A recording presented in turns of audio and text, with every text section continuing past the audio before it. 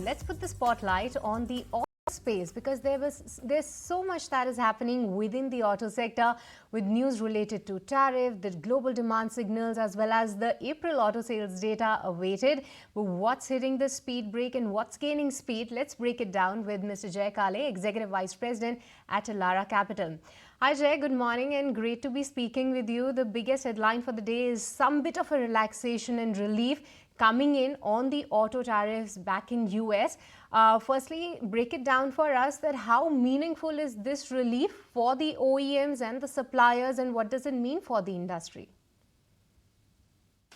Yeah, good morning. Yes, definitely some bit of relief has come in yesterday, and you will have some bit of the kind of cloud over the demand side, getting some bit eased off, and you will have the cost pressures that the OEMs were expected to face ease off. But nonetheless, it's still early days, and the devils are in the details. So we need to see the exact contours of what exactly where the relaxation has come in.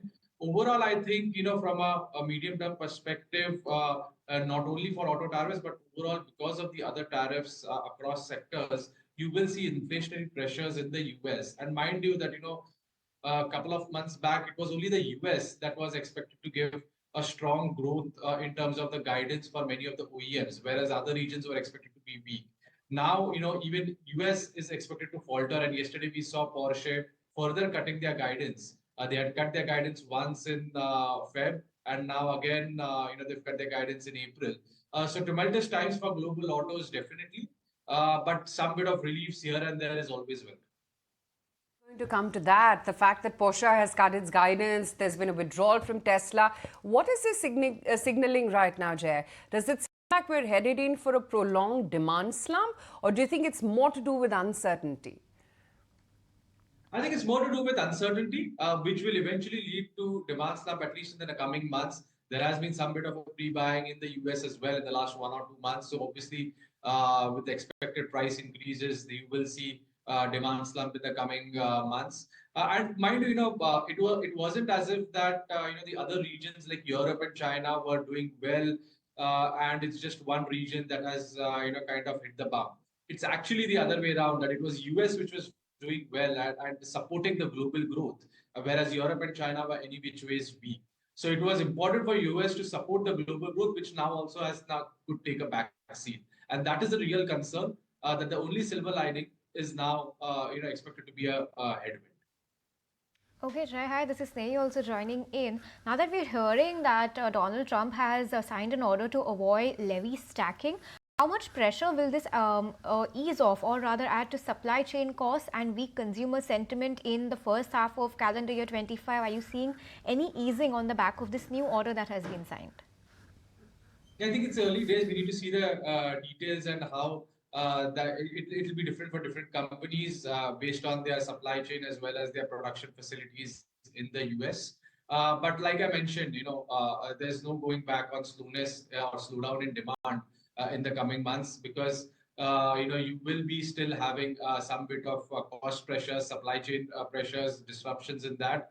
And the suppliers effectively will get hit more by demand slowdown than individual company tariffs, because it differs from supplier to supplier, component to component, and OEM to OEM based on their localization efforts. But as a overall, if I have to look at, definitely we are headed for much more pressures in the US market in terms of demand slowdown. All right, Jay, now let's focus back home because we have the numbers also coming in from the auto majors. We have the numbers from Maruti, who's talking about jump in the exports, looking forward to a 25% YOY growth. It's TVS Motors which has done very well, and a margin surprise coming in on CEAT. Help us understand what's been your reading and the key takeaway from the auto numbers so far, and which segment do you prefer the most? Yeah, I think Maruti, TVS, and CEAT among the large players who've reported in the auto space. I think one clear thing is that in last 4 months, there was a demand slowdown, and both the players, Maruti and TVS, did acknowledge that. there was an upbeat commentary from TBS for the two-wheeler industry going forward. They guided for a similar kind of growth rate in FY26 that was seen in FY25, so that's around close to 8%.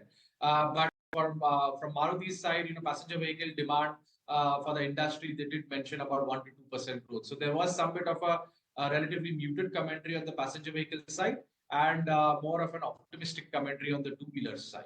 Our preference, of course, lies in terms of growth rate projections, two-wheelers followed by, PVs and then CVs. Okay, Jay, I also want to get your view on the EV front. Now, India's EV push is gaining momentum. We're not seeing that apply to global BEV adoption as well. We've also had the Maharashtra new EV policy that's come out. Close to 2,000 crores has been allocated as subsidy across segments. How big of a booster do you think this is, and how could this aid EV adoption in India? Yeah, I think EV adoption, is still in the nascent stage, especially in the passenger vehicle side in India, around 2% for two-wheelers, it's picked up well at around 6%. But mind you, the 6% has kind of stagnated for two-wheelers in recent months. For passenger vehicle, I think what is key is the new launches. I think what was missing till now, which has changed in the last 4-5 months, is aspirational products in the BEV side. With Mahindra launching their product and with upcoming launches from Maruti, Hyundai as well, you will see the EV penetration move up. There are state-level subsidies that will aid individual markets. But as a whole, as a country, if I have to look at, we are expecting this EV penetration to move up from 2% in FY25 to close to 4 to 5% in FY26. Right. Okay, Jay, thank you so much for your time today. Good to chat with you as always. Thank you. If you like this video, then like, share and subscribe to ET Now.